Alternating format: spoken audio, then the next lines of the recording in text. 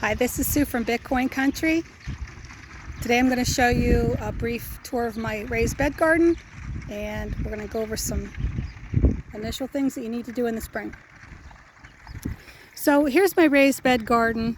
I have it enclosed with a fence because a few years ago the deer finally got the best of me, and so I went out one day and bought all the fencing and put up a fence in a day. My original raised beds started down here, and you can see they're wooden, and they have lasted quite a long time, but the very first one I put in is coming apart, and you can see that here. So I'm going to have to repair that this spring. I think I'm going to just scab it back together, but because of that I decided to go with a cinder block, concrete mason block bed this time, and you can see it's pretty uneven. That's just the beginning. I'm gonna go in there and level out the ground on this end, and this end in particular needs leveled out. I threw it all together so I could get some potatoes planted. Before the day's out here, I'm going to put hay over top because I don't have any more garden soil to put in there, and I'm trying to find an inexpensive way just to get it going for this spring. What I usually do is I go in the fall when I see Walmart and garden centers have garden stuff on sale, and last fall I got potting soil for $1 for a bag, and garden soil for about $3 for a huge bag that was normally $9 or $10, I think. So I grabbed quite a few of them, and that went quite a ways. So I'm a real contrarian anymore when it comes to this gardening stuff, because gardening can get very pricey. I love to garden, and so I have to find ways to try to keep the price down. Now what you'll see here is this bed has actually grown quite a bit. It's getting quite a bit of grasses in it, probably from the hay I've used. What I'm going to do here is I've got a tarp to drag out.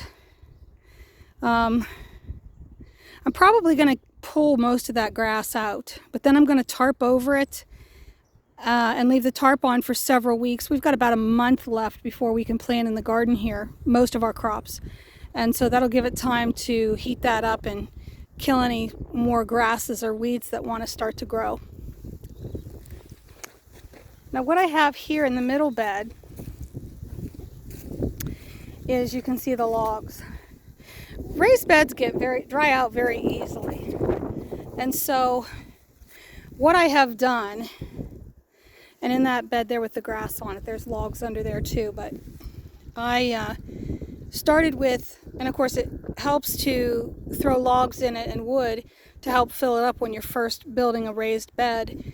It could take a lot of soil to fill it up. So by putting chunks of wood in the bottom, one, it fills the bed up, adds organic matter, and because they're big pieces, it's a slow decay, and these pieces of wood will actually soak up a lot of water. These ones have become exposed, so I need to add more soil to this bed this year. But I've done that with, I guess, just these two beds here on the left that are in your view. This bed here, I've planted garlic in, and if you don't grow garlic, I'd really highly recommend it. Nothing like having your own organic garlic. It's the one crop I can plant in October that lasts, grows all winter here in northwestern Pennsylvania. And so this garlic will be ready around the 4th of July to pull, to dry, and that is when I will plant my green beans here. And this one little bed gave me quite a few green beans last year. It's amazing how much you can get in 2 short rows. This is a 4 by 8 foot raised bed.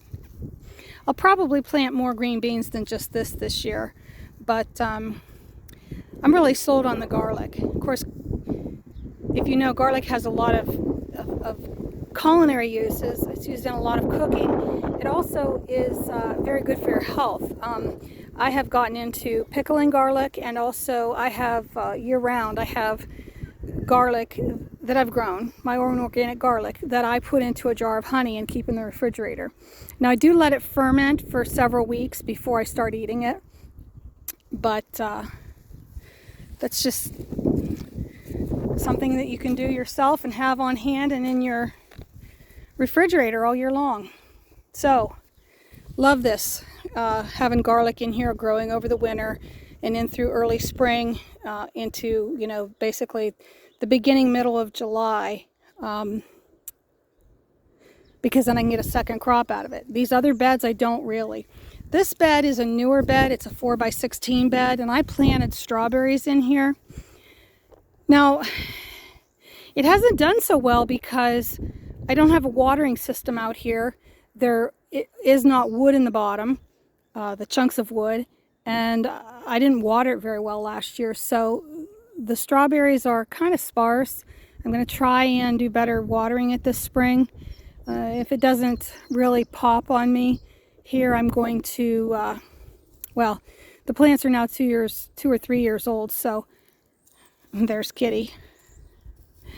I'll have to pull all these plants out and start all over. Last year, stock tank for watering animals. I don't have any cows anymore, and I had this sitting around forever and a day. So I finally decided I'd put it to use. This stock tank does have wood in the bottom, quite a bit actually, almost to the top. I put this over here last year because of the price of lumber. I decided I wasn't going to buy any lumber, and I would use something that I had around the house, or in this case the barn, that I hadn't used and wasn't going to use for the purpose it was intended. So I put the wood in, and then I dumped garden soil in it, and then I took my hose and I hosed, basically hosed down the garden soil into the cracks and crevices to get it to settle as much as possible. And then I went and I had tomatoes in here last year. Actually, there's the tag. Early Girl. One of my favorites for Northwest Pennsylvania. Can't beat it. It's one of the earliest tomatoes that you can, makes for very early slicing tomatoes. Now, you will see here that I have mulch on top, and my intent was to retain moisture because these raised beds dry out so much. And you can see here, it actually still pretty moist under there. I don't dig the mulch down into the dirt, the soil, because it does tie up the nitrogen, but this worked very well. And actually, that stock tank is probably about 2.5 feet high, and so it itself makes I didn't have to stake these tomatoes. I planted them, and they fell over the sides and hung down.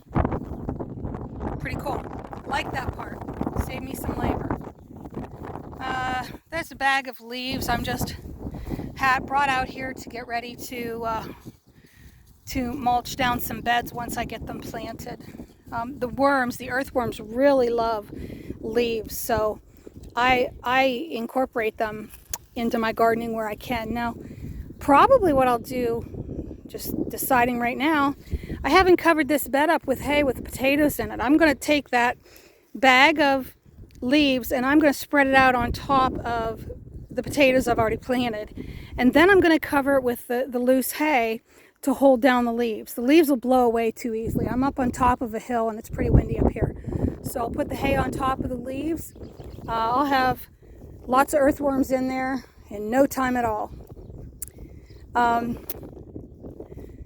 Here around the bed you can see where I've got degraded cardboard. Love using cardboard in my gardening to suppress weeds. You saw the trail end of it here sticking out. I'm going to lay some more cardboard down in here to cover this area here, kind of angle it off. I've got to remulch all this, but this is old carpeting. I love using old carpeting to get rid of the sod. This carpeting here I just moved a week ago before I put this concrete block bed in. It was here. So all that sod has been killed. Now under this I put cardboard all the way down before I put the concrete blocks down.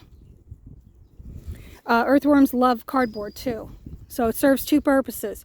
I'm not going to have any grasses growing back in, and also earthworm food. When I get some inexpensive garden soil again this fall, I'll bring this up to, I'll fill this bed up to level. But yeah, this carpeting, this old carpeting I've had forever. It just works great. So every year I move it to a place where the grass is starting to get ahead of me in my raised bed area, and I cover it. Now you can see here in between these beds here, it's getting kind of weedy. That actually, I don't know if you can tell, but that actually is carpeting there. I'll see if I can get a shot. This carpet needs pulled up and moved, and I'm going to get some mulch in here this year and remulch this. Yeah, there you go. So basically, I let this lay longer than I should have. I didn't get this mulch last year, but basically, I move the carpet around enough, you know, once a year, and I try to move it so that it doesn't get the weeds and grasses and stuff don't basically glue it to the ground. But I love using tools like this to make my gardening easier.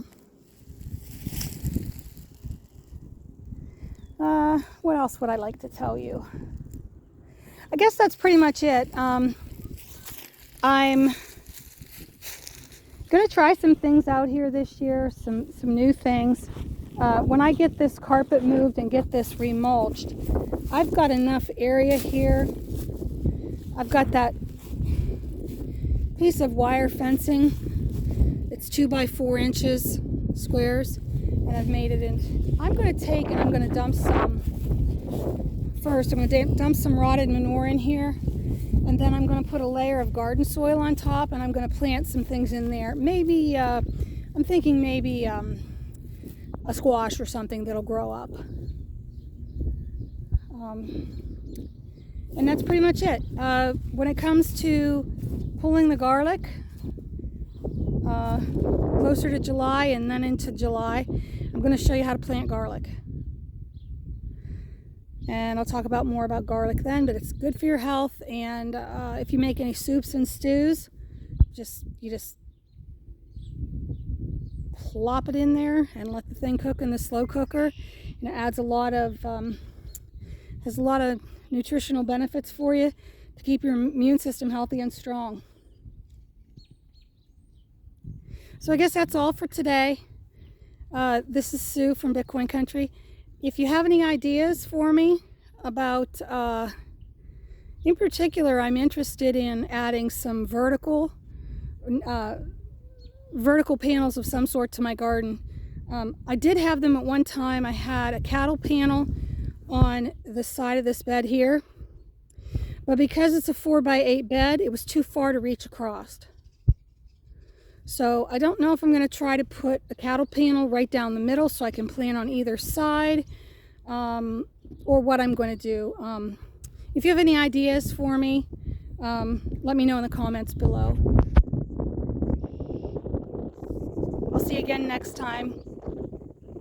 Thanks for coming. Bye.